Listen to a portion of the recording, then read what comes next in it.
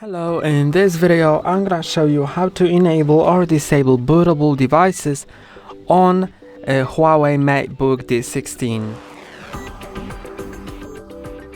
To do it, you need to be in the BIOS, which if you don't know how to enter, there is a video on our channel on how to do it, and once that's done, just go to the bootable devices, which are here, and now you can click on the device that you want to enable or disable.